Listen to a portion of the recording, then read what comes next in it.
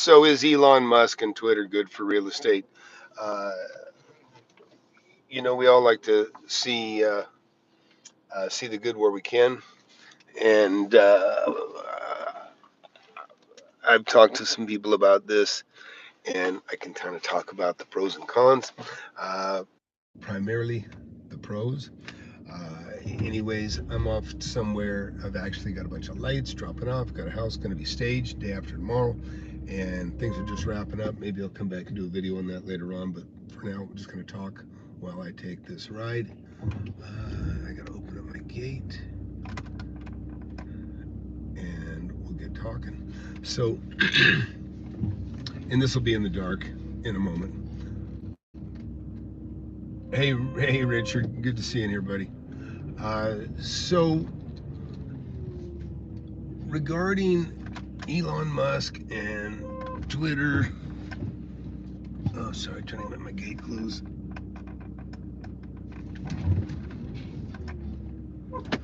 Okay. So, there's a lot of folks on the progressive side of things that all of a sudden feel like they're on the other side, voicing their opinions. They're coming up in their feeds, and some of them think all of a sudden they've been assaulted, or that that things are being directed to them purposely. But in fact, what's really happening is they're no longer being suppressed, and so things that had been shadow banned and hidden otherwise, or this is what the general consensus is, are making their way out into the open public, where they had, it's kind of like, the Twitter files that have been released. We know that there's been censorship. And so now, with more conservative voices being out there, giving feedback to city councils, state leaders, and those people that follow them, people are getting a little bit more of a balance of perspective. And I think this has been really positive, because, listen, there's a lot of things, look at this, politicians, everybody knows, it doesn't matter what side you're on, it's loaded with scum on both sides. There's just no getting around it. But the fact that so many things are coming to light, and there's so much more open debate, and listen, it's a big fight on there in general, no question. I'm not that active personally, but I go on there and I'll read it, and I see, the blind leading the blind, and, a lot of ignorance out there. But what I'm starting to see is more and more people being challenged, and people not having any good answers. And then those people start to fade, because where they had been banging a drum and nobody's, telling them to shut up or, quit complaining, they're being challenged on the facts, and they're shrinking. And so, you can't, we'll never have a democracy if you only hear one side. And so it has been, so far, I think, a really good thing. I mean, I wrote Twitter off a long time ago, and I'm actually really looking forward to some of the new things that they'll be releasing. The good thing about Elon Musk is, he actually has, put it in perspective, he probably has 300 times more money than, the average billionaire. 300 times more than the average billionaire. And that is some major, FU money that he's got, and that's why he has balls of steel, and that's why he's able to do what he does. But I'm thankful for him. It's interesting too. A lot of his new accomplishments don't seem to be getting much press, but he's got he's got a truck that just made a semi truck just made a 500-mile trek with the big load, and I think it was 1,500 miles. I think it was 1,500 miles. Maybe it was 500 miles. I'm not even sure. But it was it's impressive. It's things are changing, and it doesn't matter what side of that, the electrical stuff you're on. I can tell you, I was in Idaho recently, and this is somebody that was making the case that electric cars aren't ideal everywhere. What they were talking about was if you have somebody slides on black ice or has a little fender bender in the mountains in Idaho and traffic gets blocked up, people in electric cars, it takes a lot of power to power a heater, and a lot of people don't realize it. I mean, a blow dryer, a blow dryer to blow your hair is like a couple of refrigerators running, or all the lights on the house times 2. Heat is like a direct short circuit in those cars creating heat. It just draws a lot of power. So people are faced with, gee, if I keep this car comfortable and stay warm, I may not get home tonight if they're sitting in traffic in freezing conditions. So I thought that was an interesting perspective, one I hadn't thought about before. I'm still, I'm a gas car person myself. Of course, a lot of people like the idea of, you don't have to pay for fuel. You can get your electricity elsewhere. In fact, on one of my rentals, I found one of my tenant's employees had basically made his electric gas pump and was charging his car back in that building. And I said, hey, to my tenant, what's going on here? And they quickly disconnected. But I think that there is going to be a lot more transparency, and with transparency, it's like a bully getting punched in the nose. They back off, and so I'm really glad for it. I think it's going to be good. There's a lot of I'll give you an example. In California and other places too, you're seeing these push for bike lanes in areas that they're really not practical.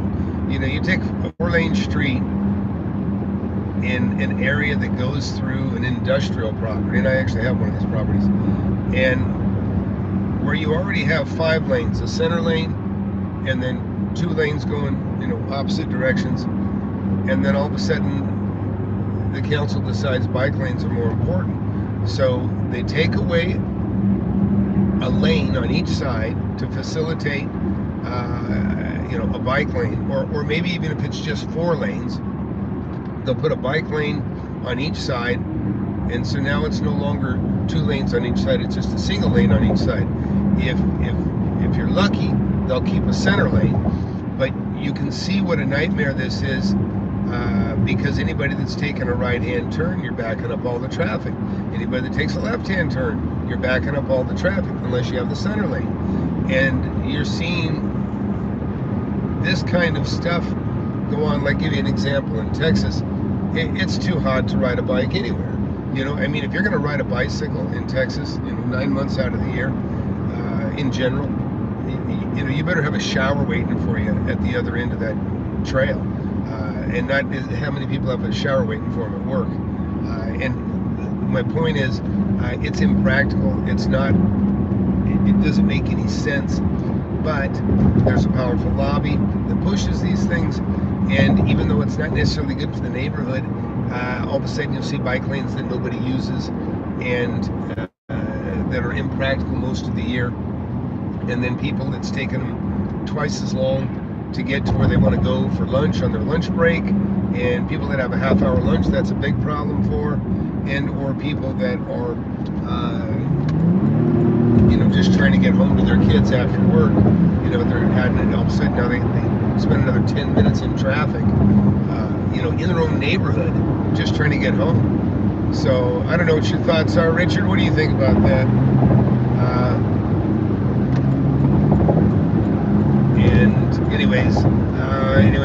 Anyways, that's my thoughts. I think transparency is the best thing. It'd be nice for people to voice their opinions. One really powerful thing about Twitter polls, right? You can now have a poll. Anybody, you can have a poll on any subject you want. It could be a local subject. I'll give you an example. Like Breckenridge, Colorado, and actually a lot of places in Colorado, or any ski area, you know, the people that are on the main street, they want all the traffic that comes into town to go through the middle of town in general, so that they get exposure to their, you know, their stores, and people will stop in, maybe eat, you know, buy some clothing, that sort of thing. Well, the locals that have to drive down Main Street, they don't want to do it. They know what's there. They just want to get home. So then there's a lot of fights sometimes, because people want to have a bit of a peripheral loop around downtown, so they can drive around that Main Street one side or another that's going through the downtown, so they can just get home. Well, the problem is that allows a lot of people that want to drive around the downtown to get to their motel, hotel, their Airbnb, and avoid driving through the center of town. So it creates a problem. So, and for the council, they're going, well, our tax base is in large part, you know, the tax revenues coming from the people and you know, the services and you know, down Main Street. You know, we gotta, you know, so anyways, there's an argument for both sides of it. But a lot of times you might see one side suppressed over the other. Or what you'll see, and I think this would be a great thing actually for Twitter, by the way. In fact, maybe I'll suggest it. Not that I have any access to Elon, but is polls that you can only participate in by your zip code. Because I can tell you, I've seen it firsthand. I've seen some real, you know, shit stuff that I disagree with happen in even my own city. And it's like, gee, there's support coming from Portland, or all these outsiders, you know what I mean, saying, oh, that's fantastic, that's great. People don't even live in the city, are supporting. It's like, why they shouldn't even be participating in this. It should be a local issue, a local voted on, local expressed, not people from the outside voting for something that they're unaffected by, or in this case, they might as well be a bot, right? Anyhow, I'll be pulling over here in about a minute, and I know there's a comment or two. I'll get to it in a second. Just about to my, actually, so in fact, I'll take you inside if you guys want. So I've got 4 houses, wait a minute, yeah, 4 houses I'm potentially selling in this neighborhood. I've got 2 that I'm just like hanging mirrors. Stages are coming Wednesday on 2 of them. The other 2 houses I have a tenant in. I may sell it to the tenant. The other one has a tenant as well, but that one I think I'm selling that property actually to my daughter. So my daughter will, you know, this will be her first independently owned investment property that I'll be selling her. You know, I always take guys dressed for the crash and that sort of thing. And, you know, it's really a wonderful thing to have cash on hand when things are crashing, when things are going down. And you know, I talk about you know, there's so much of what you see on TV. You know, you were told, you know, you get told certain things. You know, it's, oh no, it's not a recession. And then pretty soon, the people that said there's no recession, they're saying, well, it's a mild recession. And then when they finally admit that, oh yeah, there is a recession, well, it's going to pass quickly. Or now it's going to go through 2023, but it's going to be very mild. Everybody's trying to save face, but what they're trying to do is they're maybe trying to offload something. In other words, you know, like, and I'll show you what I'm doing here. Sorry, the light will get better here in a second. Bear with me. I'm actually dropping some wall packs off, which I've talked about these before.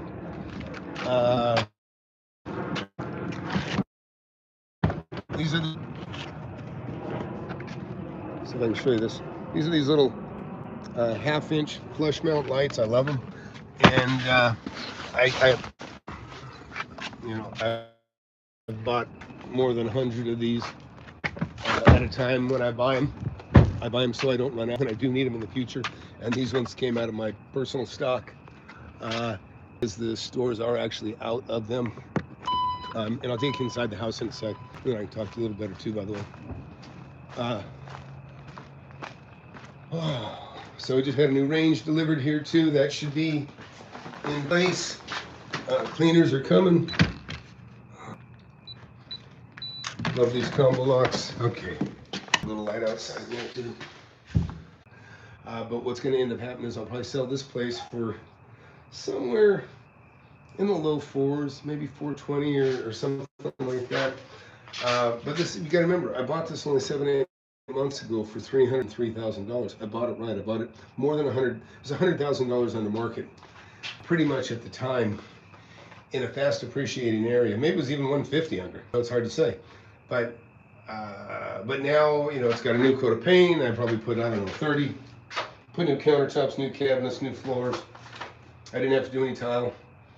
But anyways, the point is, because I bought it right, I'm still going to make, I don't know, $70,000-$80,000 on this thing, and even in a declining market, right? Even in a declining market. So let's take a look real quick here. I think the live is lagging a bit. I'm sure of that, buddy. Sorry about that. Hey, Tom. Good evening. Thanks, JD. Hey, good for you, Robert, man. Hey, Russ. Richard Smith. Good to see you, Richard.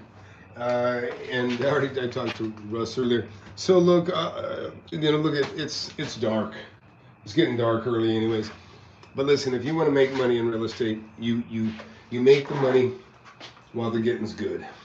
And I mean, it's always good. Don't get me wrong. You can always make money in real estate. I said all the time, there's no bad real estate. There's just bad deals. You never stop investing. But it's not speculation that things are going to get worse and then they're going to get better. I guess it's speculation for some people, but I've seen this shit before, so it's not really that hard to figure out when the interest rates go up. Today, it costs you basically, maybe you would never buy $1 million home, right? But right now, what you pay for a $500,000 home is what you would have paid for $1 million home, 6 months ago. The only difference is maybe you wouldn't have quite the same tax base. In other words, you wouldn't be paying as high taxes but the mortgage would be the same. So these are the things that really affect the market. Interest rate's a huge one. And let me see what this last comment is, and then I gotta go place this stuff in place. How do I feel about doing Section 8? Look, I've only had one Section 8 in my life, and the tenant was there probably 10 years before I bought the place, and he's probably still there if he hasn't died. Listen, Ben Mall has done really well with Section 8s. A lot of people in my class have done quite well with Section 8s. The government pays their bills. When somebody else is paying your bills, you can be pretty reliable rent when somebody else pays rent for you. And then, there's cost of living raises, there's things that go up. And with Section 8, you can make you can reapply for more money. You say, I want more money from my tenant. Things are getting more expensive, and those kinds of adjustments, unfunded mandates that are everywhere, right? Everybody gets a raise. Doesn't matter if there's money in the bank for it or not. So, anyways, that's it. So I'm gonna go, but look, follow me on Twitter. And Flip Anything USA. I've just barely got a presence on there, but and I've got Instagram as well. I've also was taking an interest more recently here to Clubhouse. So I've got I think you can go in there and you can sign up. I've got a house, or I still figuring it out in there. But if you like that format, I urge you to go to Clubhouse and take a look, and you can get in there as well. But hit that subscribe button, hit that like button. There's a fortune to be made in real estate. I've already made mine, and I got, I just interviewed. You got to look for an interview. I got Rich, who's made over $1 million, and between 3 pieces of land, and then he just bought a commercial and residential. He's moving up so fast, it's amazing. So now he's got about $3 million worth of real estate, and only about $1.3 million in debt. And so as a result, he's making about $150,000 a year. It's a wonderful thing.